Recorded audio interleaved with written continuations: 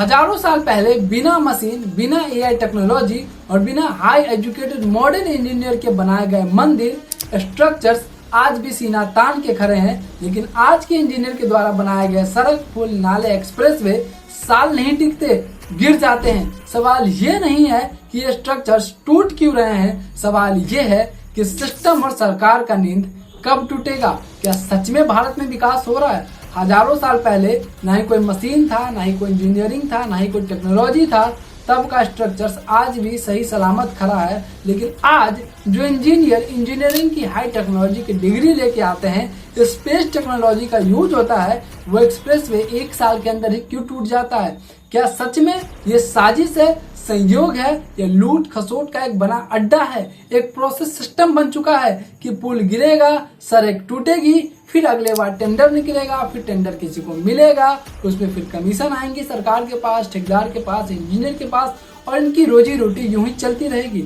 एक रिपोर्ट के अकॉर्डिंग 1977 से लेके 2017 तक में पूरे देश में 2130 पुल गिरे हैं। लेकिन जब सरकार से सवाल किया गया कि भैया इसका कारण क्या है, तो सभी सरकारों ने एक स्वर में कहा कि 80% पुल गिरने का कारण डिजास्टर है, आपदा प्रबंधन है, भगवान के द्वारा दिया गया बाढ़, भूकंप, सुनामी है, यानी सरकार की तो कोई जिम्मेदारी नहीं है। और 10% में सरकार ने ये कहा है कि 10% पुल गिरने का कारण है घटिया क्वालिटी के मटेरियल और मेंटेनेंस की कमी। और 3% में सरकार ने ये कहा है कि ओवरलोडिंग थी, यानी जिस पुल की क्षमता मात्र 5 टन थी, वहां 50 टन का ट्रक पहुंच गया, जिसके वजह से पुल गिर गया। तो सवाल ये है कि आखिर 50 टन का ट्रक पहुंचा क्यों? क्योंकि पुल जहां से स्टार्ट हुआ है, वहां कोई पुलिस वाले ने, कोई करप्ट ऑफिसर ने किसी ट्रक वाले से 100-200 रुपए लेके अपना जेब गर्म कर लिया, और वो ट्रक को बिना किसी जांच के जाने दिया गया, जिसमें ओवरलोडिंग था, जिससे पुल गिर गया। लास्ट ईयर बिहार में 10 दिन के अंदर 5 से ज्यादा पुल गिर चुके थे, जिसमें 1700 करोड़ का पुल था, 200 करोड़ का पुल था, 20 करोड़ का पुल था। कुछ पुल तो ऐसे थे जिसका उद्घाटन भी नहीं हुआ था, सोचो वही पुल गिर गए। अभी कुछ ही दिन पहले झारखंड के 2 शहरों से खबर आई थी कि जिसमें जो उद्घाटन के लिए पुल बना है, वो पुल पानी में बह गया।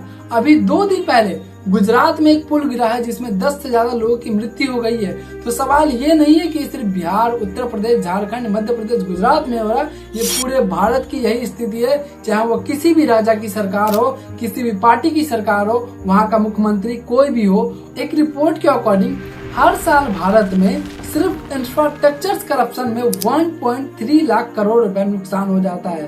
तो ऐसे पुल क्यों टिकेंगे? इसे आप इस तरीके से समझ सकते हैं कि मान के चलो कोई पुल बनाने की बात हुई, 20 करोड़ का पुल बनने वाला है, जिसमें से 10 करोड़ रुपए कमीशन में निकाल दीजिए। 10 करोड़ में मंत्री खाएगा, विधायक खाएगा, सांसद खाएगा, पंचायत सचिव खाएगा, इंजीनियर खाएगा, ठेकेदार खाएगा, और बाकी जो बने हैं उससे पुल बनाए जाएंगे। मतलब आप समझ सकते हैं कि 50% पैसा तो बट गया। अब इसमें कैसे पुल बनेंगे और कैसे सड़क बनेंगे? और जो वहाँ पर लेबर काम कर रहे हैं, उनके पास ना ही कोई टेक्नोलॉजी है, ना ही कोई प्रोफेशनल स्किल्स है। जैसे बोला जाता है भैया 2 बोरा सीमेंट में 4 बोरा आलू डाल दो, तो भैया वहाँ पर मसाला बन के तैयार हो जाता है। आलू का मतलब बालू था। तो इस तरीके से करप्शन भारत में चल रहे हैं, और ये किसी एक राज्य की बात नहीं है, पूरे भारत में इंफ्रास्ट्रक्चर करप्शन बहुत ही हाई लेवल पे है। इन सभी चीजों को देखते हुए हमारी टीम ने रिसर्च किया और कुछ कारण निकाले, जिसकी वजह से आज भारत में बने पुल, सड़क, नाले, भवन, स्कूल, मंदिर, मस्जिद क्यों बहुत जल्दी गिर जाते हैं, और हजारों साल पुराने मंदिर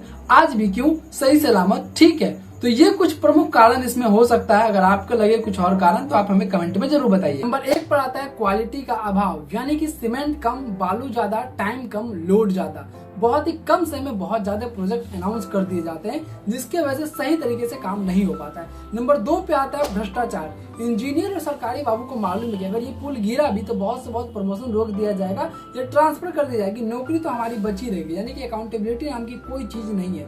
और नंबर 3 पे आता है विजन की कमी। हमारे जो पूर्वज मंदिर या इंफ्रास्ट्रक्चर बनाते थे, वो कम से कम 1000 साल का सोचते थे, लेकिन आज के नेता सिर्फ 5 साल का सोचते कि अगले चुनाव तक ये टिक जाए और हमें इसके नाम पर वोट मिल जाए। और नंबर 4 पे आता है स्किल्ड लेबर की कमी। जो लेबर या मजदूर वहाँ पे काम करते उनको प्रॉपर ट्रेनिंग नहीं जाती, उनके पास प्रॉपर स्किल्स नहीं होता, जिसकी वजह से वो प्रोफेशनली काम नहीं कर पाते। नंबर 5 पे आता है प्रॉपर सिस्टम। कोई भी पुल, सड़क या नाला बनता तो उसका कहाँ से ड्रेनेज सिस्टम होगा, कैसे पानी निकलेगा, कब यहाँ पे कोई आपदा आएगी तो यहाँ पर इसी को संभाला जाएगा, वो चीज नहीं देखा जाता। और नंबर 6 पे आता है टेस्टिंग की कमी। अगर कोई पुल बनता है, अगर बताया जाता है कि इस पुल पर 50 टन जा सकता है तो उस पर टेस्ट करना चाहिए कि 75 टन 80 टन ले जाके टेस्ट किया जाए कि क्या ये पुल की क्षमता है। बहुत ही ऐसी जगह देखा जाए कि जहाँ पे टेस्टिंग ही नहीं होती है, उसका उद्घाटन कर दिया था आनंद फानंद में, क्योंकि चुनाव आते तो हमें इलेक्शन पर वोट भी तो चाहिए होता है। और नंबर 7 पे आता है कॉन्ट्रैक्टर माफिया, यानी कि एक कॉन्ट्रैक्टर जिसने इस शहर का पुल बनाया है, अगर वो किसी नेता का करीबी है या किसी अधिकारी का करीबी है तो सारे कॉन्ट्रैक्टर उसी को मिलते, भले उसके बनाए गए पुल गिर भी रहे हैं, वो ब्लैक लिस्ट में भी है,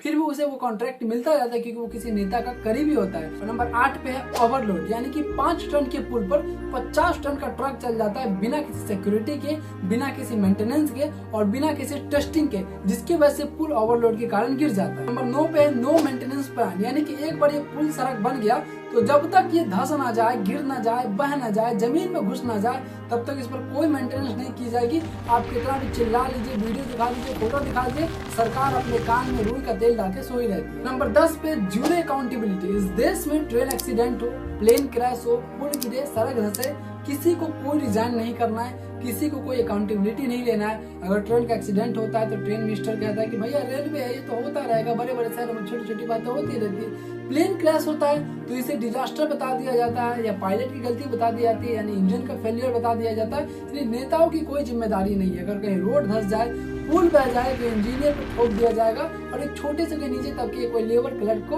वहां से सस्पेंड कर दिया जाता है और बड़े बड़े इंजीनियर बैठ के मलाई खाते रहते हैं। तो ये कुछ ऐसे पॉइंट है जिसके वजह से आज देश में अधिकतर जो सड़कें और पुल है जो उद्घाटन से पहले धंस रही है, गिर रही है, या बहुत सारे ऐसे पुल है जो 6 महीने साल भर के अंदर ही गिर जाती है, जिसमें हजारों लोगों की जान जाती है। यानी कि ये अपनी अकाउंटेबिलिटी तो नहीं देखते हैं, लेकिन जो लोग मर रहे हैं उनको सिर्फ एक नंबर के तौर में कहते हैं कि हम आपको 50,000, 1 लाख, 2 लाख रुपए जो है मुआवजा के तौर पर दे देंगे। अरे भैया, इसी मुआवजा को आपने सही तरीके से पुल बनाने में यूज कर लिया था, फिर आज किसी बेटे के सर पर से बाप का साया नहीं उठता, कोई घर अनाथ नहीं होता, किसी माँ की कोख सूनी नहीं होती, किसी भाई का कढ़ाई सुना नहीं होता। ये सब सरकार की जिम्मेदारी है। ये तो हुआ प्रॉब्लम। हम सिर्फ प्रॉब्लम बता के नहीं जाएंगे, अब सोल्यूशन पे बात करेंगे कि सरकार इसे कैसे ठीक कर सकती है। हम और आप किस तरीके से सरकार में सहयोग करके अपने गिरते हुए पुल, अर्थव्यवस्था और सड़क को बचा सकते हैं, क्योंकि ये जो कहानी है वो हर राज्य, हर शहर, हर गांव की कहानी बन चुकी है और ये कहानी अब एक छोटी बीमारी नहीं, एक बहुत बड़ा वायरस बन चुका है। नकली सड़क का जो नेटवर्क जितना बड़ा है उतना ही खतरनाक। अगर हम सॉल्यूशन की बात करें तो 5 बड़े सॉल्यूशन को हम अपना लेते हैं तो हमारे देश में 90% पुल और नाले जो बह जाते हैं, गिर जाते हैं, वो रुक जाएगा।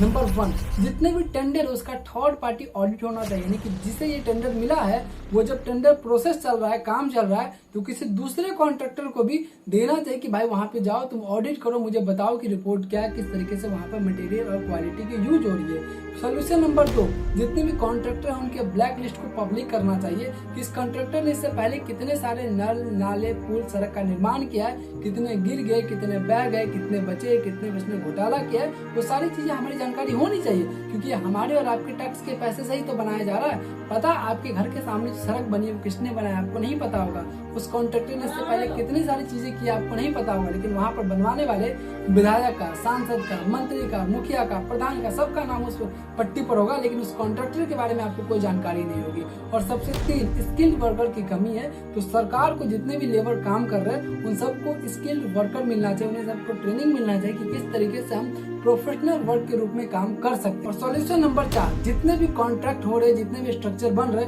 उनका एक मेंटेनेंस प्लान होना चाहिए। हमारे यहाँ जो 2010 में बना था उसका आज तक मेंटेनेंस नहीं हुआ। वो कब गिरेगा, कब उससे लोग मरेंगे, कब उसका क्या होगा, किसी को कोई जानकारी नहीं है। और जब तक वो पुल गिर नहीं जाएगा तब तक सरकार और अधिकारी की नींद नहीं खुलेगी। और सबसे जरूरी जो कि 5वां है वो अधिकारियों और कॉन्ट्रैक्टर का सिर्फ ट्रांसफर नहीं, सिर्फ ब्लैक लिस्ट नहीं, सिर्फ प्रमोशन नहीं रोकना चाहिए, इन्हें जेल भी भेजना पड़ेगा, क्योंकि जब तक डर नाम की चीज नहीं होगी ना तब तक ये लोग सही से काम नहीं करेंगे। माइन कब आपको चौपाई याद होगा कि बिने न मानत जल्दी दर गए 3 दिन बीत, बोले राम सकोब तब भय बिन होए न प्रीत। तो जितने भी सरकारी अधिकारी, जितने भी इंजीनियर, इनके अंदर डर नाम की चीज नहीं है। इन्हें लगता है कि अगर पुल गिर भी गया तो बहुत से बहुत प्रमोशन रुक जाएगा या हमारा ट्रांसफर हो जाएगा, नौकरी तो हमारी बची रहेगी।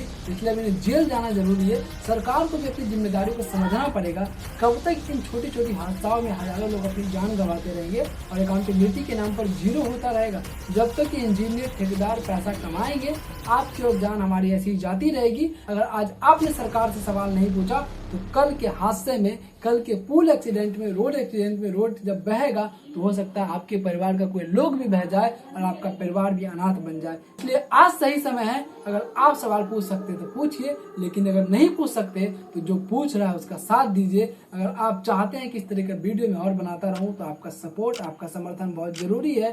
सरकार से सवाल पूछने के लिए वीडियो को शेयर कीजिए, कमेंट में अपनी राय बताइए कि और क्या कारण हो सकते हैं हमारे देश के सड़क नाले पुल गिरने का। बाकी आज के लिए इतना ही, मिलते हैं अगले वीडियो में। जय हिंद, जय भारत, सुरक्षित रहे, सतर्क रहे।